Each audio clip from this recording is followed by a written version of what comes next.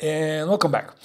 It's been a while since my last video, and today I'm not going to talk to you about Fujifilm's camera. I'm going to talk to you about a Sony camera. And no, it's not the new Sony A7R V. No, it's not an interchangeable lens mirrorless camera. It's not even a new camera at all. We are going to talk today about the good old Sony RX1R MkII, 42 megapixel full frame sensor camera with a 35mm f2 Carl Zeiss lens, launched back in 2015. So it's almost 8 years now. It's basically 7 years and a couple of months. And this shows in a couple of areas, but we're going to get there in a moment. A camera that new is still priced at approximately $4,000, and in the used market goes anywhere above $2,500 and $2,700 unless you're very lucky with a deal in the used market. Now, I didn't buy this camera. This camera was given to me by RCE Photo that made this review possible by, again, sending me this camera. And if you don't know, RCE Photo is the biggest used market reseller in Italy, which is also expanding in Europe with several shops around Europe. And they are basically the biggest option that we have in Italy to go for the used market. So thanks to them for sending me the camera to test out.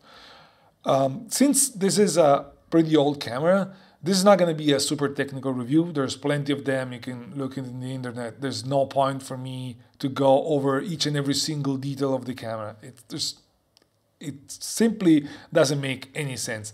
These are going to be basically my thoughts on the use of this camera as my daily driver for approximately 2 weeks. This is what this camera is made for, and so I didn't want to use it for something that I would not use the camera for in my normal life. So that's basically the frame in which I'm reviewing, quote unquote, this camera. And also I will tell you what I think Sony should improve if they ever come with a successor to this camera, which is long overdue, and we don't know if it's ever gonna be made. But to me, they should. But I don't want to jump to the conclusion too early. And so, without any further ado, let's just jump into it, and let's start with a little montage of a few pictures that I took with this camera, and then we're gonna get into the details of what I liked, what I didn't like, and what this camera is for.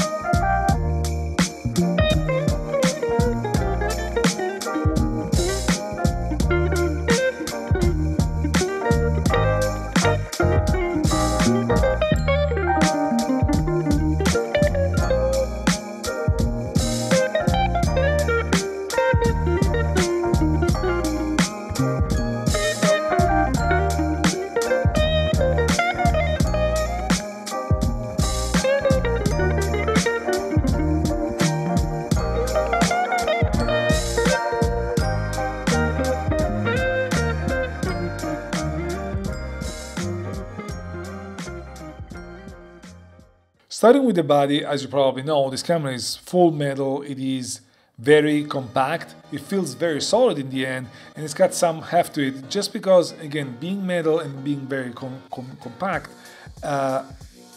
it's still like, it's a piece, it's a chunk of metal that inspires you durability.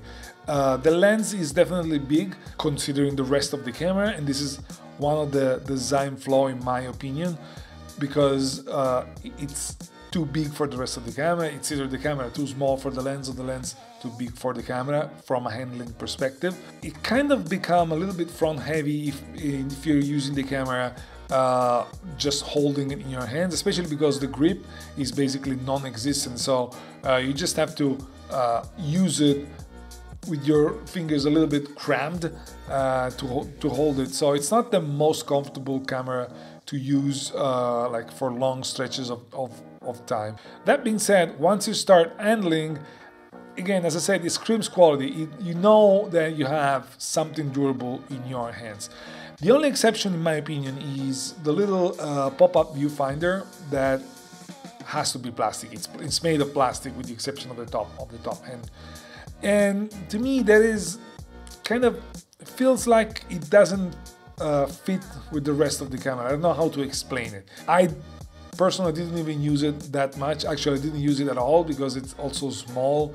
And so, to me, it doesn't make too much sense. Let's just put it this way. When it comes to the controls, the camera is full of buttons and dials and all that. And you can basically use it almost one-handed.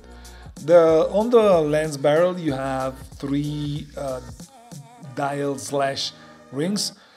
Those are the closest to the camera is for the aperture ring.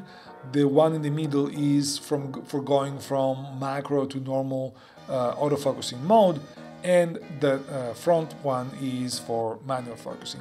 The issue with this design is that although the aperture ring is very clicky and it's you don't move it accidentally, the fact that it's too close to the camera basically forced, like, I ended up moving either the macro function or the manual focusing ring instead of the aperture ring, and in the long term that is kind of annoying. I think there's too much stuff in such a small part of the body that it kind of becomes confusing to some extent. And also, usual layout, the small battery, and I said small, and we're gonna get to that in a moment, hold that thought, and the single SD memory card are at the bottom of the camera in their usual layout. You just flick it open and then do whatever you want. This is a camera that doesn't need dual SD slot, it doesn't need anything fancy.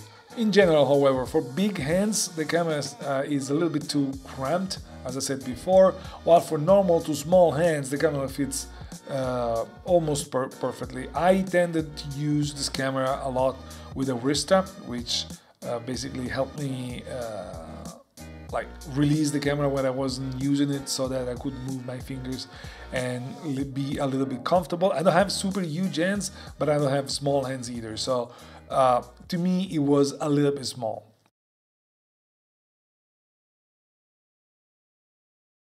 But how's the image quality? Because at the end of the day, what the price that this camera is sold for, the image quality has to be great, otherwise it kind of doesn't make too much sense. And despite I didn't analyze the image quality as I usually do when I test new cameras, because again, there's no purpose in that. There's far more in-depth analysis that you can find on the internet.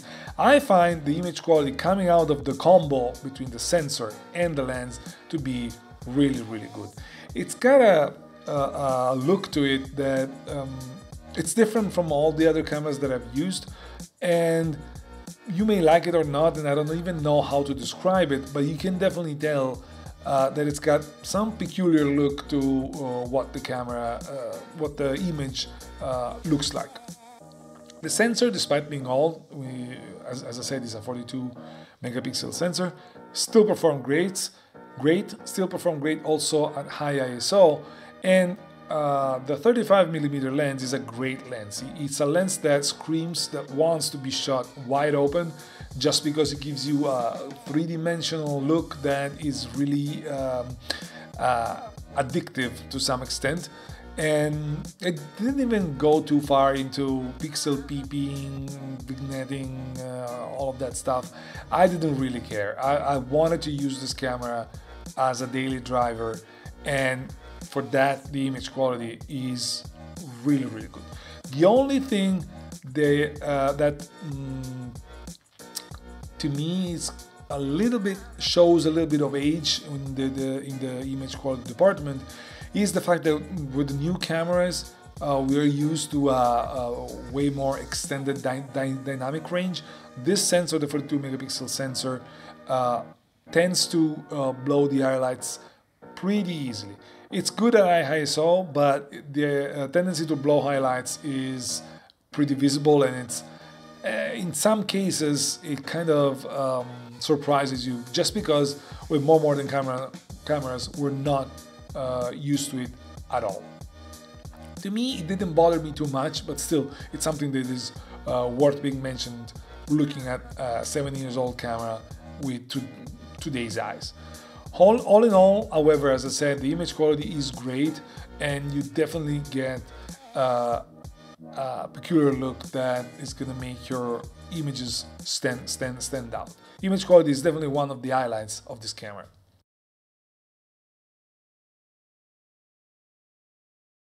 Now let's talk about autofocus, and autofocus is one of those areas where this camera shows its age, because honestly, coming from modern autofocusing system, this feels slow and unpredictable and undependable if we're talking about professional use.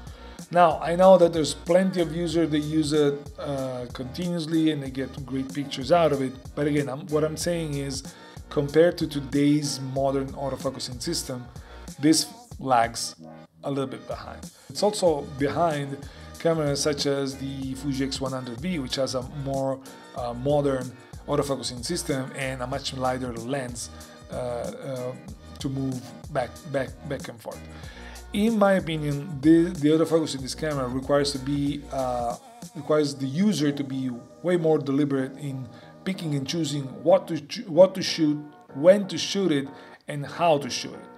Because in a frantic environment where stuff happens very quickly, you cannot rely on your point and shoot, like I'm gonna point the autofocusing box on something and it's gonna focus immediately, I'm gonna snap the shot. No, in something like that you just have to think ahead, expect what is going to happen and plan accordingly, because you need to be able to focus a little bit before the decisive moment happens. Otherwise, you lose. The risk is that you're gonna lose it. Again, as I said, it's not dramatic, but it's one of those areas, one of the biggest areas where this camera shows its age.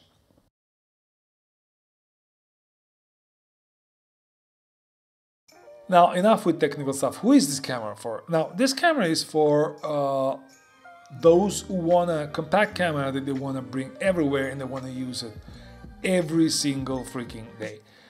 And they don't want to think about settings and all of that too much. This is a very simple camera compared to what more modern cameras can do.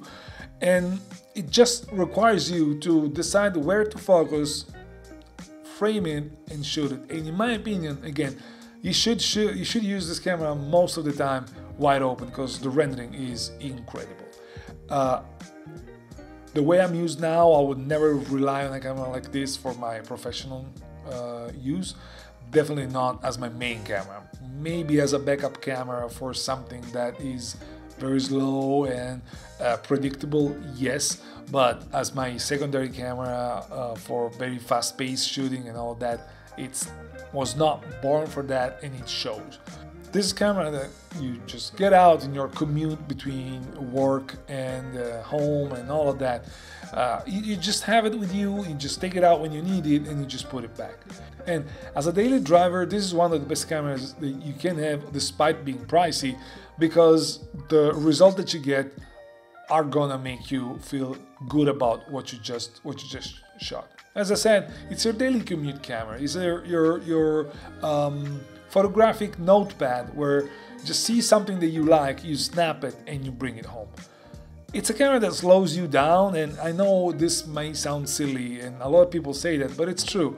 It's a camera that it partially slows you down, it requires you to be more deliberate, and this basically means that it's gonna force you to think more about what you're shooting. Between its slowness, overall slowness, and the fact that it's a fixed focal length, you just have to think about it a little bit more. But if you get used to that, and if that's what you need, this camera excels at it, because the image quality, as I said, is really good.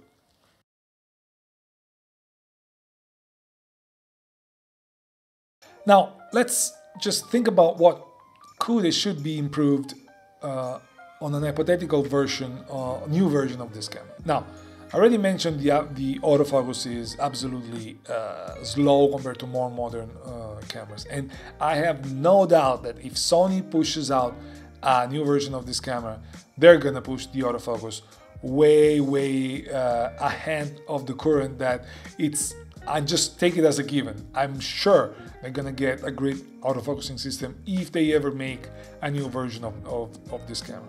That is a fact, as I said. It's just a given. Something else that I would change is the resolution. Don't get me wrong, 42 megapixels are nice. The camera is really good even at high ISO, and it gives you that croppability to kind of slightly change your focal range. On the other hand, however, I don't think that for what this camera was born for, which is your, like, again, being your daily driver, your daily commute camera, you need that many megapixels all the time.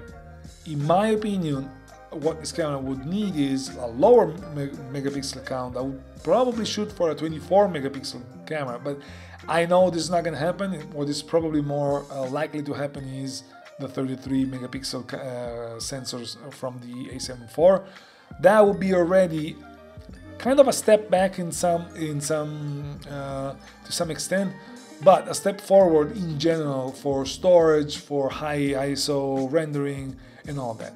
I keep saying we don't need all those megapixels in such a daily driver camera. The biggest improvement of them all, though, and I left you with this thought before, is the battery life. Battery life on this camera, unfortunately, sucks. The battery is so small that you have to have a lot of them if you're going out for an entire day of shooting. And this, it's kind of annoying because the battery kind of dies on you pretty quickly, and you're always there changing the battery. So that's something that if Sony ever comes out with another version of this camera, has to happen. The battery has to be way bigger, way more efficient. As it is, it's kind of a pain in the butt to be shooting with such a small battery and such a short battery life. From a body standpoint, I would say that, to me, I would also get rid, and I mentioned that already, of the electronic viewfinder, the one that just pops up, just because it's not that comfortable to use. It's kind of small, and the fact that you have to extract it from the camera, although it's simple, it kind of makes the camera looks weird on one hand, and also it doesn't makes you want to use it. I don't know how else to explain this. It's something that I wasn't even drawn to use while I was using the camera. So for what it is, I will get rid of it, just because to me it's a waste of weight, space and money.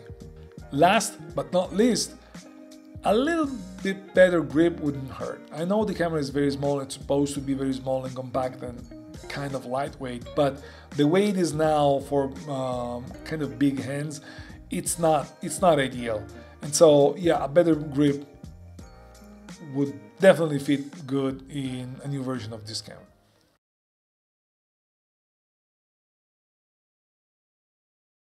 So, all in all, in conclusion, despite being a 7-8 years old camera, this is still a great daily driver, as I said before. Although its main flaw right now is, aside from the technical flaws like the battery life, its price.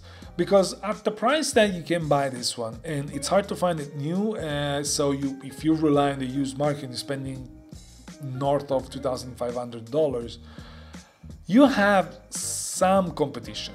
Not a huge competition, but some competition. The market for pocketable, quote-unquote, cameras with fixed focal length and compact body has some options. And so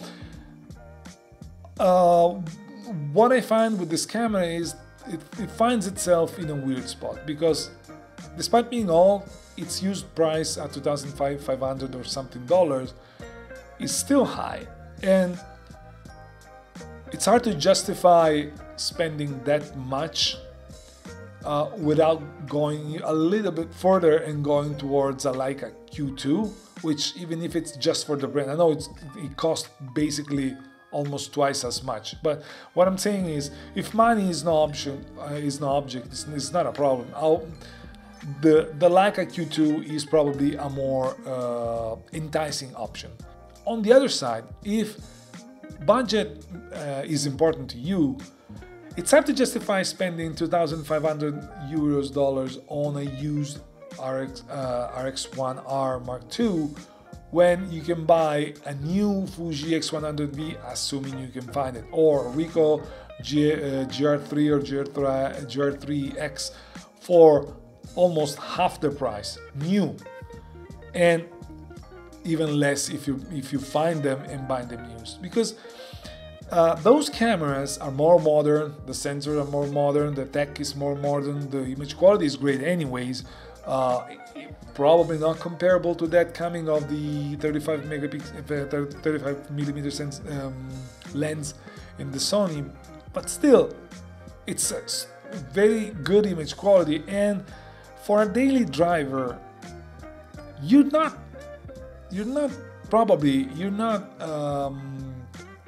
aiming at the best image quality ever in your pictures. It's your daily driver. It's those pictures that you want to take, your memories that you want to take, your family shots, your day-to-day commute travel shots, your street photography while you're walking, and all of that. And for that, you don't need the absolute best image quality. And if you want, then you can spend more and you get, again, the Leica Q2, which seems, I haven't tried it, it seems to be better. So, in my opinion, despite this being a great camera and loving it while I was using it, I can hardly recommend it for the price that it currently has. So, in conclusion, I personally loved using this camera, but I would personally have hard times buying this camera for its price. I will never be able to afford the Leica Q2, so I'm taking that out of the picture. I will probably be able to afford this one, but if I'm thinking about, and I am actually thinking, as a matter of fact, I'm thinking about buying a camera like this just for everyday use, I would go towards the APSC sized camera. Me personally, I'm trying to find a good used Ricoh Gr3 if I can, just because I'm very attracted to the idea of testing that out, just because also the X100V it's impossible to find right now, and that's where I would lean toward if I'm looking for a camera like that. On the other hand, if you absolutely like the 35mm focal range, if you absolutely want a full frame camera, and if you don't want to spend the $5,000, $6,000 that the Leica Q2 costs, then this is basically the only option that you have as far as compact camera goes. I would say that's it. It went longer than I expected. Let me know what you think about this in the comment below. Let me know if you want me to test more other brands' cameras, such as, I don't know, Sony, Nikon, Canon, Panasonic, whatever. Just if you like the idea of me expanding outside of the Fujifilm realm to make this channel more complete as far as review goes and all of that. Let me know what you think about the camera. Let me know if you want to know something more about this camera, because I think I haven't answered all the questions that you may have. Leave me a thumbs up if you liked it. Subscribe to the channel if you haven't, and I'll see you in the next one. Bye bye.